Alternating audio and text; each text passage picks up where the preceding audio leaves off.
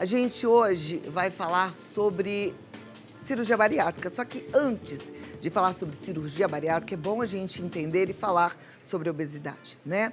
A Organização Mundial da Saúde estima que até 2025, mais de 160 milhões de pessoas estarão doentes em decorrência da obesidade. A obesidade, ela tem CID, que é o Código Internacional de Doença, ela é considerada uma doença. Mas o grande problema é que ela traz comorbidades, ela traz outras doenças. E a gente realmente vai precisar entender isso e combater a obesidade.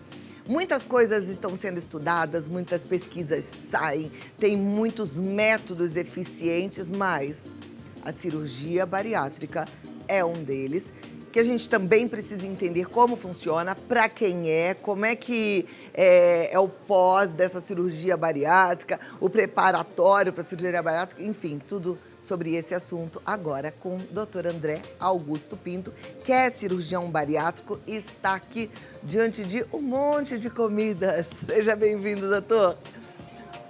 Obrigada pela sua pelo presença. convite, Cláudia. Um monte de comidas, eu posso falar assim, algumas boas, outras nem tanto. A gente trouxe aqui uma coisinha para diferenciar, porque assim, a obesidade é a maior pandemia do mundo. A gente veio aí de uma pandemia terrível que foi a Covid, mas hoje existem mais obesos do que desnutridos no mundo. É importante que a gente fale. Então, a maior pandemia do mundo hoje é a obesidade. E por que a obesidade? Porque nós mudamos o nosso ritmo de vida, nosso modo de vida. A gente faz menos atividade física, fica mais preso em casa, come coisas mais rápidas, muito fast food, gorduras, frituras, enlatados, embutidos, muito refrigerante, coisas que são muito calóricas e muito gordurosas. Então, hoje, a gente come as coisas que são mais fáceis. Então, a gente come o hambúrguer, a gente come os enlatados, a gente toma o refrigerante. E se a gente substituísse por um peito de frango, por verduras, por legumes, por frutas, fazendo uma alimentação melhor, a gente teria uma população menos obesa. E é importante que a gente fale que as nossas crianças estão obesas. Então, as crianças serão os adultos obesos. Então, se a gente tentar mudar isso desde a escola, desde a nossa casa, a gente vai ter menos obesos no mundo. O que vai ser uma população mais saudável, né? Já que a gente sabe que a obesidade traz aí tantos outros problemas. Bom, mas de repente você fala, puxa, mas eu já tentei de tudo. Eu vim de uma família de obesos, tem muito isso. As pessoas acabam trazendo os hábitos, não só a genética, porque a gente sabe que hoje existe a epigenética, quer dizer, a possibilidade da gente mudar essa nossa genética, mas a gente traz os hábitos e o estilo de vida da nossa família original. Sim. E aí tem mais um detalhe que eu queria entender. Quando a gente é uma criança obesa e de alguma forma a gente fica com aquelas células gordas, a gente carrega essas células pro resto da vida? Pro resto da vida. Elas podem diminuir, se você faz uma dieta, perde peso, elas murcham, mas elas não desaparecem. Se elas forem estimuladas de novo, Cláudia, elas voltam a crescer e você volta a ser obeso. É por isso que a gente tem que mudar o estilo de vida. Ninguém consegue fazer dieta a vida inteira. E o problema é que, dependendo do nível da obesidade, você já tem que perder tanto peso que você não consegue sozinho. E aí que entra a cirurgia bariátrica. Por quê? Porque a obesidade leva a muitas outras doenças. 55% dos pacientes obesos, grau 2, grau 3, moderados ou graves, são hipertensos. 60% tem gordura no fígado, 50% tem colesterol, triglicérides altos. 30% a 40% vão ter diabetes. São essas doenças que vão levar a outras doenças e que vão atrapalhar a saúde de todo mundo. É o que eu brinco agora no final do ano, a gente dá muita palestra, a gente faz umas entrevistas, então a gente fala, agora final do ano, tem as festas de final do ano e tem as que mostram as retrospectivas e falam, olha, paciente mais idoso, a pessoa mais idosa do mundo, o brasileiro mais idoso. Geralmente elas são mulheres, porque as mulheres vivem um pouco mais, pela genética, uma parte hormonal, e porque se cuidam mais, o homem se cuida menos. E como são essas pessoas, Cláudia? Que a gente vê na retrospectiva, tem 100 anos, 110 anos, 105 anos. Como elas são? São todas magras. É verdade. E por quê? Por que não aparecem os gordinhos nessas entrevistas? Eles morrem antes. E eles morrem das doenças que são consequências da obesidade.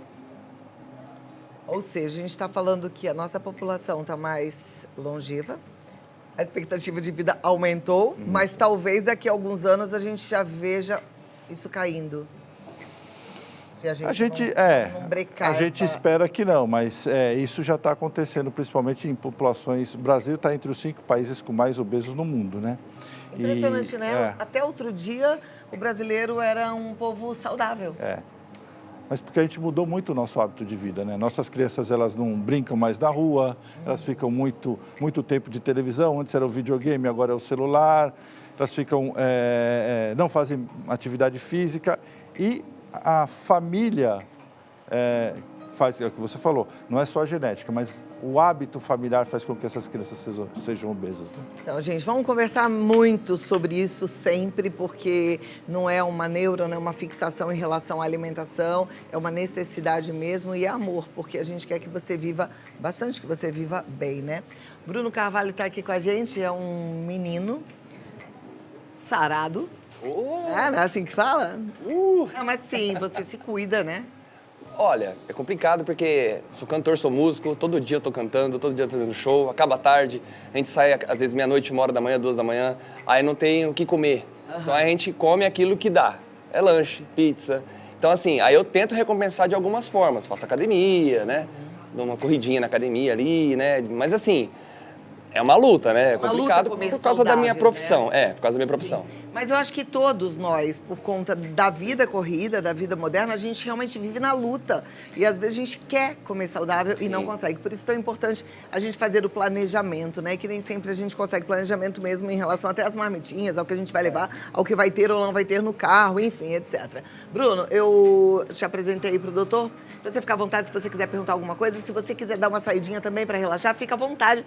Você está em casa, tá bom? Eu me sinto em casa. Então tá jóia. Obrigado. Mas então vamos lá. Aí, doutor, esse daqui é um modelo de... eu trouxe um modelo das cirurgias que podem ser feitas. Tá. Porque hoje, basicamente, existem 2 cirurgias bariátricas que são mais feitas no mundo. 90% dos cirurgiões bariátricos fazem essas 2 cirurgias, que é a gastrectomia vertical, que é o sleeve gástrico, e que é o bypass gástrico. E elas têm algumas diferenças. Talvez, se tiver alguma dúvida, a gente mostra. Às vezes é bom a gente mostrar um modelo, um desenho para ver. Tá, eu vou querer ver sim. Mas antes disso, eu quero entender quem é que é candidato a uma cirurgia bariátrica, porque eu penso que não é para todo mundo, né? Não.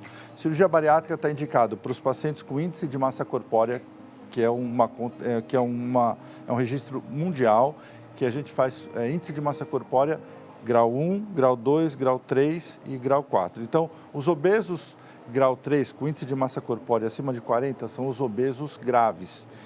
Essa conta a gente faz peso dividido pelo quadrado da altura. Então, paciente que tem 100 quilos e 1,50 m, então você pega 100 quilos dividido por 1,5, dividido por 1,5, você vai chegar no índice de massa corpórea. Se ele for acima de 40, você tem obesidade grau 3, que é obesidade grave. Todos esses pacientes, Cláudia, têm indicação de cirurgia bariátrica. Por quê? Foi feito um estudo mundial e a gente sabe que pacientes com índice de massa corpórea acima de 40 têm muitas doenças associadas. O risco de vida, de ter doenças mais graves e de ter uma sobrevida menor é muito alto.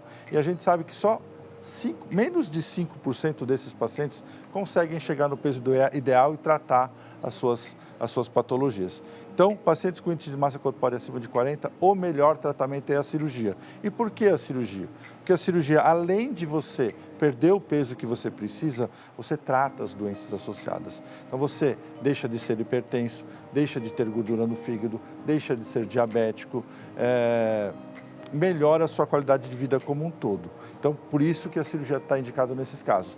Nos pacientes que são obesos grau 2, que são os moderados, índice de massa corpórea acima de entre 35 e 40, se você tiver doenças associadas já instaladas, se você tem 37 de massa corpórea, obeso moderado, mas tem hipertensão, diabetes, colesterol, triglicéridos altos, gordura no fígado, apneia do sono, e aí você também tem indicação. Abaixo disso, os obesos grau 1 e os obesos e os sobrepesos, aí a gente usa outros métodos que a gente pode conversar. Pode colocar um balão intragástrico, tem alguns outros procedimentos que podem ser feitos. E o que eu falo para todo mundo, gente, se você conseguir emagrecer sem ter que fazer alguma cirurgia, algum procedimento, é muito melhor. O duro é você conseguir isso. E se você não está conseguindo, hoje eu atendi, antes de vir para cá no consultório, uma paciente que estava com índice de massa corpórea de 37, hipertensa, diabética, 44 anos. Falei assim, doutor, eu não aguento mais, eu estou ficando muito doente, eu preciso cuidar dos meus filhos que são pequenos. Eu quero fazer a cirurgia. E ela fez? Não, Ainda foi a vai primeira fazer. consulta. Então a gente pediu os exames, tem todo um processo e ela vai fazer a cirurgia. Eu acompanhei um familiar bem recente, tá na quarta semana do balão intragástrico, e ele fala pra mim, nossa, foi a melhor coisa que eu fiz por mim. Eu tô tão feliz. E claro que tá reaprendendo a viver com o balão, porque come-se muito pouquinho, né? Mas já perdeu muito peso, quer dizer, refluxo, já melhora mal, muito a qualidade de vida, já volta para atividade física, já tem pique para essas outras coisas. Maravilha. Doutor, vou te convidar para sentar, para a gente passar lá para as perguntas e respostas. Vou chamar quem está em casa, você aí ó, que está assistindo, manda pergunta para a gente no Vida Melhor Oficial. A gente vai falar sobre a cirurgia já, tá bom? Segura aí também. Bruno, daqui a pouco, se quiser perguntar, você pergunta, tá? Fica à vontade. A continuar aqui o nosso bate-papo. Vou sentar aqui do seu lado, doutor. Deixa eu pegar minha aguinha. Bruno, você tá bem aí? Se quiser sentar aqui com a gente também, fica à vontade, tá? Tudo bem, obrigado. Ó, doutor André Augusto Pinto, que é cirurgião bariátrico, já está a postos. Você que já mandou sua pergunta, segura, porque daqui a pouco a gente vai ouvir a resposta, tá? Agora, quando as pessoas chegam no seu consultório, marcam uma primeira consulta, qual é a dúvida mais frequente? Primeiro, se ela está dentro do protocolo para cirurgia bariátrica, porque ela não sabe bem. Eu falo assim, não, eu tenho 100 quilos, eu tenho 80 quilos. É relação peso-altura, é pelo índice de massa corpórea. E se é a cirurgia bariátrica o melhor tratamento para ela, porque às vezes ela fica na dúvida. E principalmente como vai ser o pós-operatório, como vai ser o restante da vida. Porque a cirurgia tem um pré-operatório, a cirurgia é realizada, hoje a gente realiza a cirurgia em 1 hora e meia, e depois ele vai ter o resto da vida para conviver com ela. Então, ela tem que estar bem ciente, por isso que precisa de uma equipe multidisciplinar por trás para dar esse apoio para ela estar bem ciente de ser aquilo que ela quer, porque é uma mudança de vida, né? Eu conheço pessoas que fizeram a cirurgia bariátrica e tiveram um resultado incrível, mas também conheço pessoas que engordaram tudo depois da cirurgia bariátrica. Por que acontece isso? Cirurgia não é milagre. A gente já falou, é o melhor tratamento para paciente obeso grau 3, grau 4, mas se você não seguir as orientações do seu médico, se você não fizer um bom acompanhamento nutricional com psicólogo, se você voltar, eu brinco com os pacientes assim, se depois da cirurgia, 1 mês de dieta líquida, você emagreceu, chegou mais ou menos no peso, porque as pessoas engordam depois de alguns anos que fazem a cirurgia. Chegou no seu peso ideal, achou que está tudo bem, baixou a guarda, você voltar a fazer o que você fazia antes de operar, você vai reganhar peso. Você ficar beliscando, comendo besteira, voltar a comer chocolate, ou doce, ou massa, ou alimento gorduroso, você ficar comendo de pouquinho, o dia inteiro, de pouquinho, o dia inteiro, você vai adquirir e vai reganhar peso porque você absorveu muito mais caloria do que você gastou. Então, você, quando faz a cirurgia, tem que manter uma dieta balanceada e atividade física. Sempre, viu, gente? Sempre. Porque senão vai acontecer igual eu vi num consultório, na espera da cirurgia, as pessoas esperando para fazer a ressutura, porque tem gente que vai e faz de novo, né? Então, a ressutura, quando faz uma gastroplastia endoscópica, por exemplo, você faz uma ressutura. Por quê? Porque esses pontos, principalmente isso não acontece com a cirurgia bariátrica, mas da gastroplastia endoscópica, esses pontos eles podem afrouxar depois de 3 a 5 anos. E às vezes você tem que ressuturar de novo. Isso não acontece com a cirurgia bariátrica. A cirurgia bariátrica corta um pedaço. Grampeia o seu estômago. Deixa eu ver como é que funciona, que você trouxe aí pra gente ver. Então, eu trouxe alguns modelos que basicamente a gente faz 2 tipos de cirurgia. Uma é a gastrectomia. Isso aqui é um modelo simples, gente. Isso aqui é o estômago, então a comida desce por aqui, esse é o estômago, depois começa o intestino delgado, que é o intestino fino, tá? Na gastrectomia vertical, que é o sleeve gástrico, a gente grampeia o estômago assim e tira fora da barriga. Aham. Por isso que não tem volta. Não tem volta. E por isso que não precisa ressuturar. Esse nunca vai acontecer da pessoa... então não. Desse jeito a pessoa nunca vai engordar mais. Então, se ela ficar comendo besteira o dia inteiro, ela pode reganhar peso. Esse estômago vai ceder novamente? Muito difícil. Ele pode ter uma acomodação, mas voltar e dilatar o que era antes, não. Porque a pessoa vai querendo vencer a cirurgia. Então, ela vai comendo besteira. Ela sabe que ela não pode comer muito, porque isso aqui não está em simetria. Então, isso que a gente tira é 80% do tamanho do seu estômago. 80% até 90%. Então, você vai ficar com 10% a 20% do seu estômago. Vai ficar só com um pedacinho. A comida não cabe aqui. Porque o reservatório vai ficar só sendo esse. A comida vai descer aqui, o reservatório é esse. Quando o reservatório está cheio, a gente tem sensação de saciedade? Sim. E se você comer um pouquinho a mais, você vai passar mal e vai vomitar. E tem gente que faz esse tem gente esforço... que vomita e come de novo. E aí são aquelas pessoas que têm compulsão alimentar. E aí precisa do acompanhamento multidisciplinar. Exatamente. Acompanhamento psicológico. Porque isso, o ideal é você ter essa... saber que a pessoa tem alguma compulsão, tratar previamente antes da cirurgia, para ela se adaptar bem à cirurgia e não ter nenhuma recaída. Se você tiver, você vai acompanhar. Por isso que é fundamental o acompanhamento psicológico pré e pós-cirurgia bariátrica. Por isso que é uma equipe multidisciplinar. Psicólogo, nutricionista, cirurgião, endocrinologista e as outras especialidades afins. Perfeito.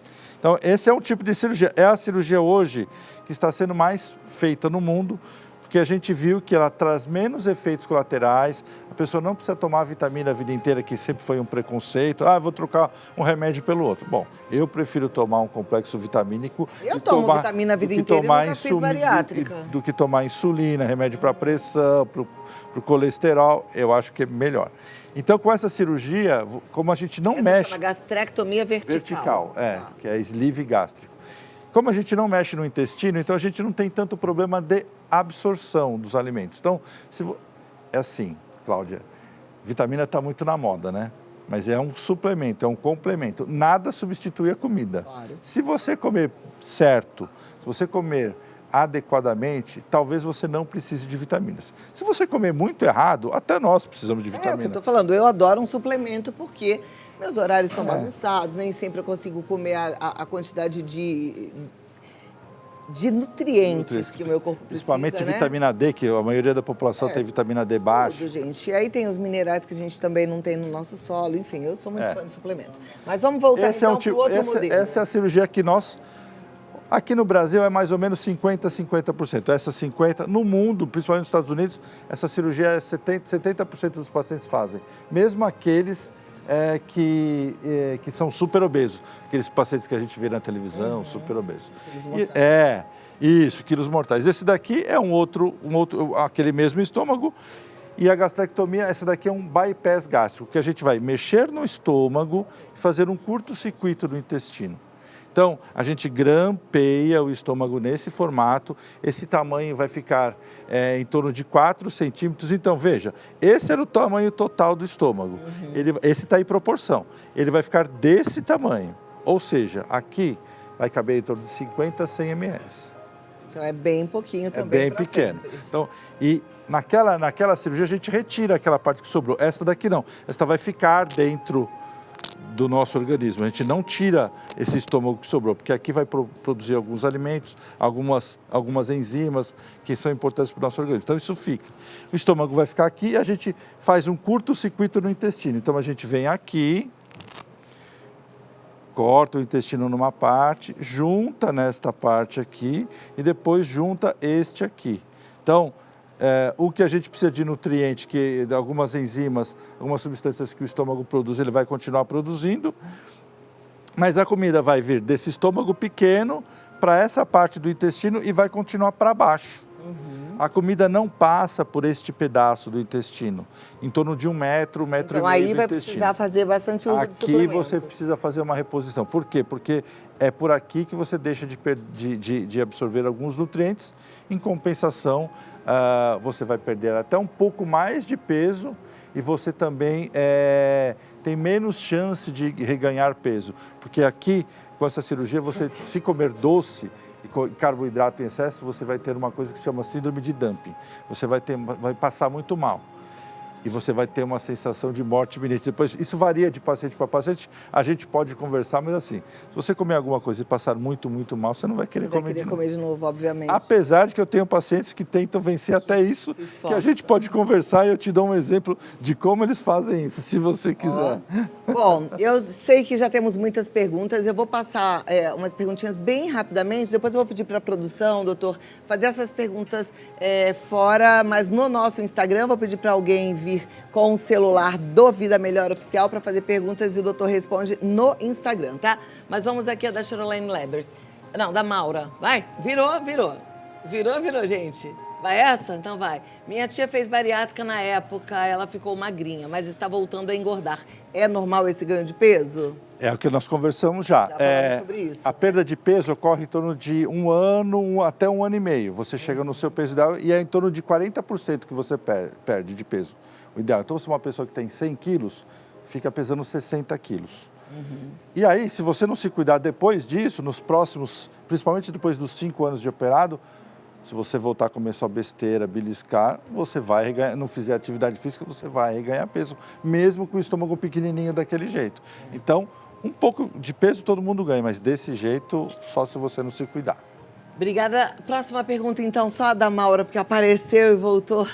Estava na fila do SUS para bariátrica há 1 ano e meio, mas desisti porque vi muitos amigos com problemas de saúde, como anemia. Alguns tentaram suicídio e tornaram-se alcoólatras. Fiquei com medo, gostaria muito de colocar o balão. É possível pelo SUS?